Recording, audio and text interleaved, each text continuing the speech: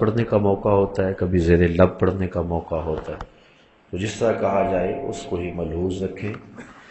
اللہ تعالی ہم سب کو دنیا دین آخرت کی بہتریاں نصیب فرمائیں۔ حدیث شریف بھی سماعت کرتے جائیں اور دل ہی دل میں حضور جان رحمت صلی اللہ علیہ وسلم پہ ہدیہ درود بھی پیش کرتے جائیں۔ پچھلے دو پیر جو گزرے ہیں، جنت جہنم کا تذکرہ آپ نے سنا، اس سے پہلے ایک پیر کو جنت کا تذکرہ آپ نے کیا تھا۔ تذکرہ جنت پر مشتمل جو احادیث مشکات میں ہیں وہ ساری بیان نہیں کی جا سکی تھی۔ پہلی فصل کی احادیث پہلے درس قرآن کے درس حدیث کے موقع پہ جب یہ تذکرہ شروع ہوا تو آپ کے سامنے رکھی گئی۔ آج دوسری فصل کا کچھ حصہ آپ کے سامنے رکھوں گا، اور دوسری فصل اور فصل ثالث یہ انشاءاللہ اللہ نے چاہا تو اگلے پیر کو آپ کے سامنے رکھوں گا۔ حضرت ابو ہریرہ رضی اللہ تعالی عنہ کی مرویات میں سے یہ حدیث ہے جس کو پورے ادب کے ساتھ سماعت کریں۔ قال قلت یا رسول اللہ صلی اللہ علیہ وسلم مما خلق الخلق قال من الماء قلنا الجنۃ ما بناؤها قال لبنۃ من ذهب ولبنۃ من فضة وملاؤها المسك الأصفر وحصباؤها اللؤلؤ والياقوت وتربتها الزعفران من يدخلها ينام ولا يباس ويخلد ولا يموت ولا يبلى ثيابهم ولا يفنى شبابهم۔ رواہ احمد والترمذی والدارمی۔ تینوں محدثین نے اس کو اپنی اپنی اسناد کے ساتھ حضرت ابو ہریرہ رضی اللہ تعالی عنہ سے روایت کیا ہے۔ کہتے ہیں قلت یا رسول اللہ صلی اللہ علیہ وسلم مما خلق الخلق، کہ مخلوق کو کس شے سے پیدا کیا گیا۔ یہ حضرت ابو ہریرہ حضور سے سوال کرتے، عرض کی حضور مخلوق کو کس شے سے پیدا کیا گیا؟ قال من الماء، تو حضور نے ارشاد فرمایا پانی سے۔ اللہ تعالیٰ نے قرآن مجید میں بھی اس بات کو بیان فرمایا وَجَعَلْنَا مِنَ الْمَاءِ كُلَّ شَيْءٍ حَيٍّ، ہم نے ہر زندہ کی زندگی کا دار و مدار پانی پہ رکھا ہے، ہر ذی روح کو ہم نے پانی سے پیدا کیا ہے۔ آج اس دور کی جدید تحقیق یہاں تک پہنچی ہے کہ ہم نے جو قرآن نے بتایا تو آج موجودہ دور میں انسان نے تحقیق کرتے ہوئے اس بات تک ٹو لگائی ہے کہ ہر ذی روح شے کی تخلیق پانی سے کی گئی ہے، اور کائنات کا آغاز جو ہے وہ پانی سے ہے۔ لیکن 14 صدیاں قبل میرے اور آپ کے آقا و مولا صلی اللہ علیہ وآلہ وسلم کے سینے پہ اترنے والے قرآن میں اس حقیقت کو واشگاف الفاظ میں بیان کر دیا گیا وَجَعَلْنَا مِنَ الْمَاءِ كُلَّ شَيْءٍ حَيٍّ، ہم نے ہر زندہ کو پانی سے ہی پیدا کیا ہے۔ یہ ایک شخص نے تحقیق کی ہے کہ یہ جو شہد ہوتا ہے، اس شہد کا رنگ کوئی بھی ہو، لیکن اس کو اگر دیکھا جائے تو اس رنگ میں آگے کئی رنگ ہوتے ہیں۔ اس نے تقریباً 20-25 سال کی محنت سے اس نتیجے پر وہ پہنچا ہے کہ شہد کا ایک رنگ نہیں بلکہ شہد کے کئی رنگ ہیں۔ بڑا خوش ہوا کہ مجھے یہ ایک بہت بڑا نقطہ مل گیا ہے۔ اچھا، اس نے اپنی اس معلومات کو، اپنی اس تحقیق کو، اپنے تفحص کو، حاصل مطالعہ کو، تجربات کے نچوڑ کو اپنے دوستوں کے سامنے رکھا۔ اس کے دوستوں کی فہرست میں ایک مسلمان بھی تھا، تو جب نے اس کے سامنے یہ بات رکھی تو اس نے کہا کہ قرآن مجید میں یہ بات موجود ہے کہ ہم نے مکھیوں کے پیٹ سے سیال مادہ نکالا ہے جس کے مختلف رنگ ہیں۔ تو وہ حیرت زدہ ہو گیا، کہا لاؤ دیکھا تو قرآن مجید میں وہ لکھا ہوا تھا۔ تو پھر وہ کہتا ہے میں 25-30 سال کی محنت سے جس نتیجے تک پہنچا ہوں اور جدید تحقیقات کی روشنی میں اور موجودہ دور کی جدید لیبارٹریاں میرے پاس موجود ہیں، اور پھر میں نے یہ نتیجہ نکالا ہے۔ آج سے 14 صدیاں قبل ایک عرب کے دیہات میں رہنے والے شخص کو کس نے بتایا؟ تو اس کو ماننا پڑا کہ محمد عربی صلی اللہ علیہ وسلم اللہ کے سچے رسول ہیں۔ تو حضور علیہ الصلوۃ والسلام نے جو احکام ہمیں بتائے، جو چیزیں بتائیں، آج بڑی دیر گزرنے کے بعد سائنس وہاں تک پہنچ رہی ہے۔ کاش کہ مسلمان ان بنیادوں پر کام کرتے اور دنیا سے بہت آگے چلے جاتے۔ تو بہرحال حضرت ابو ہریرہ کہتے ہیں میں نے پوچھا مما خلق الخلق، مخلوق کو کس شے سے پیدا کیا گیا؟ اب میں اس حدیث کی روشنی میں ایک اور بات کہنا چاہوں گا۔ ایک تو یہ اختلاف ہے کہ لوگ کہتے ہیں کہ نبی کے پاس علم جو ہے وہ غیب کا تھا یا نہیں۔ ایک تو یہ امت میں اختلاف پایا جاتا ہے اور اس عنوان سے آپ علماء سے گفتگو سنتے ہی رہتے ہیں۔ ہمارا عقیدہ تو واضح ہے، صاف ہے کہ جب سب سے بڑا غیب اللہ کی ذات، اس نے بھی نقاب اٹھا دیا تو کوئی اور غیب تو پیچھے رہ ہی نہیں گیا۔ لیکن ایک اور اختلاف ہے امت کے اندر، اور یہ بد نصیبی ہے۔ لوگ کہتے ہیں کہ حضور کو تشریعی علوم کا علم تھا، تکوینی علوم سے ناآشنائی تھی، یہ بات کہی جاتی۔ تشریعی علوم جانتے تھے، یعنی جن کا تعلق شریعت سے ہے، اخلاقیات سے ہے، مسائل دینیہ سے ہے، اس میں حضور مہارت رکھتے تھے، جانتے تھے، علم دیا گیا تھا۔ لیکن جو تکوینی علوم ہیں ان کے بارے میں حضور علیہ الصلوۃ والسلام کو آگہی نہیں تھی۔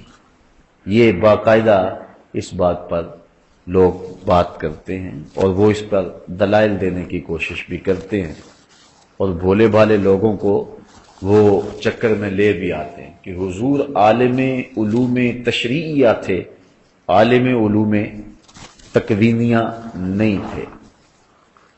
میں صرف اتنی بات کہوں گا کہ مخلوقات کو کس شے سے پیدا کیا گیا، اس کا تعلق علوم تشریعیہ سے ہے یا علوم تکوینیہ سے ہے؟ تو ایک بچہ بھی جانتا ہے کہ اس کا تعلق علوم تشریعیہ سے نہیں ہے، علوم تکوینیہ سے ہے۔ اور حضرت ابو ہریرہ حضور سے علوم تکوینیہ کا سوال کر رہے ہیں۔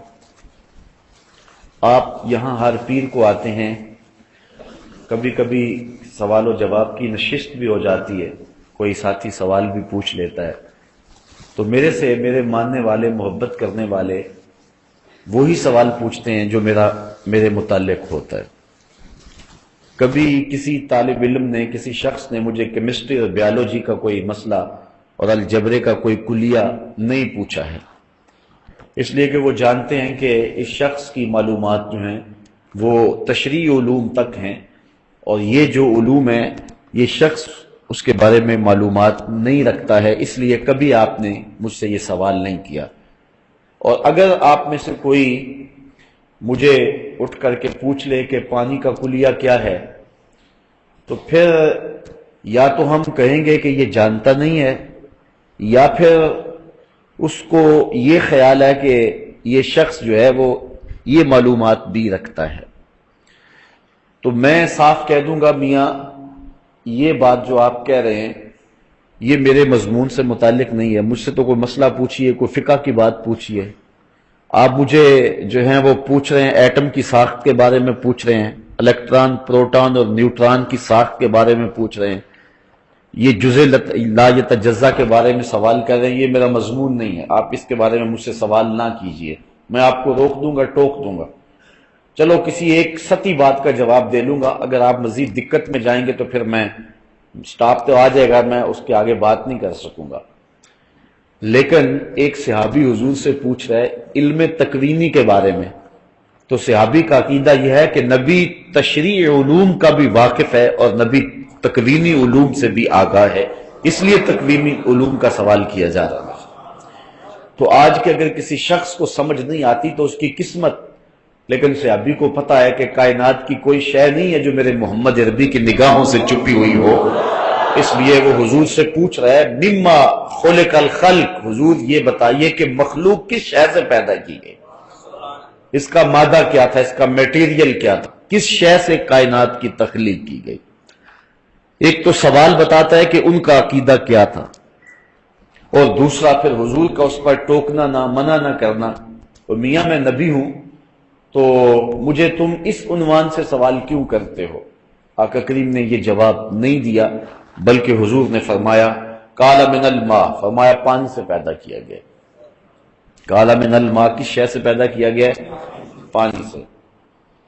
قلنا الجنت ما بناؤها، اچھا یہ بات تو بتائی، اس نے پوچھی حضرت ابو ہریرہ نے، حضور نے بتا دی، لیکن سوالات کا سلسلہ آگے بڑھا۔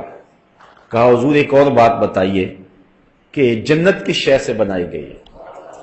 یہ مخلوقات جو دنیا کی ہیں یہ تو بنائی گئی ہیں پانی سے، لیکن جنت کس شے سے بنائی گئی ہے؟ اب حضور نے سارا میٹیریل بیان کر دیا، کیا کیا لگی ہے شے جنت کو بنانے میں۔ یہ عمارت بنی ہے، اس کو سیمنٹ بھی لگا ہے، سریا بھی لگا ہے، اینٹیں بھی لگی ہیں، بجری بھی لگی ہے، ریت بھی ڈالی گئی ہے، پھر اس کے بعد تعمیر کا سلسلہ آگے چلے گا تو اس کو ٹائل بھی لگائی جائے گی، رنگ روغن سب کچھ تو بتانا پڑے گا نا، اس کو یہ لگا ہے۔ بنیادوں میں پتھر کوٹا گیا ہے، پھر بجری ڈالی گئی ہے، پھر ڈیمپ ڈالا گیا ہے، پھر اس کے بعد جو ہے وہ اینٹیں ہیں، اینٹوں کے اندر سریا ہے، یہ سب کچھ بتانا پڑے گا۔ تو صرف اتنا پوچھا جائے کہ یہ مسجد کس شے سے بنائی گئی ہے تو ہمیں سب کچھ بتانا پڑے گا۔ صحابی پوچھتا ہے جنت کی بنا کیسے ہوئی، جنت کس شے سے بنائی گئی ہے؟ اب سنو رسول کیا بیان فرما رہے ہیں۔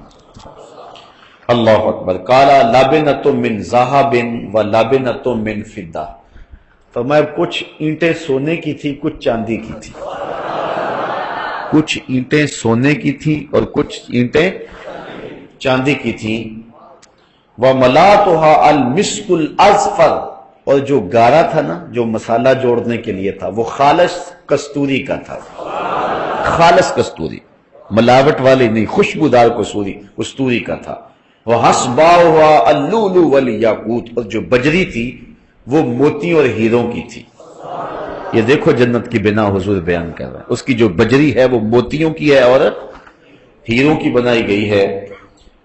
وَتُرْبَتُهَا الزَّعْفَرَانُ، اور جو اس کی مٹی ہے وہ زعفران کی ہے، جو مٹی ہے، فرش ہے، وہ کس کا ہے؟ زعفران کا۔ یہاں تو لینے جائے نا تولوں میں تو 1500 روپے تولہ زعفران، نہیں 1500 میں ملے گا، کوئی حکیم ہو تو وہی بتا سکتا ہے کہ کتنے ہزار روپے تولہ ہے، اور پھر بھی وہ بھی یقین نہیں ہوگا کہ یہ خالص ہے کہ یہ ناخالص ہے۔ لیکن جنت کی ساری زمین زعفران کی، اینٹیں سونے کی اور چاندی کی، گارا کستوری کا، اور اس کے اندر جو بجری ڈالی گئی ہے وہ ہیرے اور جواہر کی۔ اللہ اکبر۔ یہ دیکھیے جنت کی بنا حضور بیان فرما رہے ہیں۔ آگے فرمایا یدخلها من یدخلها ینعم ولا یباس، جو داخل ہوگا پھر وہ جنت کی نعمتیں پائے گا اور کبھی بھی وہاں بوڑھا نہیں ہوگا۔ وَيَخْلُدْ، اور ہمیشہ رہے گا۔ وَلَا يَمُوتُ، تو کبھی موت نہیں آئے گی۔ وَلَا يُبْلَى ثِيَابُهُمْ، کپڑے پرانے نہیں ہوں گے۔ وَلَا يُفْنَى شَبَابُهُمْ، جوانی ڈھلے گی نہیں، جوانی بھی قائم رہے گی، کپڑے بھی پرانے نہیں ہوں گے، بڑھاپا بھی نہیں آئے گا، موت بھی نہیں آئے گی، اور جنت سے نکالا بھی نہیں جائے گا۔ یہ کس شخص کو ملے گا؟ جو حضور کی نوکری کرے گا، جو حضور کی غلامی میں جیے گا، حضور کی غلامی میں مرے گا۔ یہاں تو کسی کی 2 کنال کی کوٹھی ہو نا تو وہ بہانے بتاتا پھرتا ہے کہ میں یار بڑے پیسے لگ گئے۔ کیا ہوا ہے؟ وہ یار 2 کنال کی کوٹھی شروع کر بیٹھا تھا، 3 کروڑ روپیہ لگ گیا۔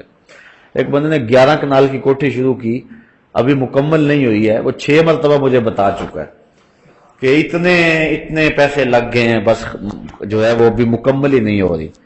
تو جس کے پاس 11 کنال کی کوٹھی ہو وہ تو پھولے نہیں سماتا کہ میرے پاس 11 کنال کی کوٹھی ہے، 10 کنال کی کوٹھی ہے، 1 ایکڑ کی کوٹھی ہے، 2 ایکڑ کی ہے، لیکن جنت کے محل یہ تو اینٹوں سے ہے نا.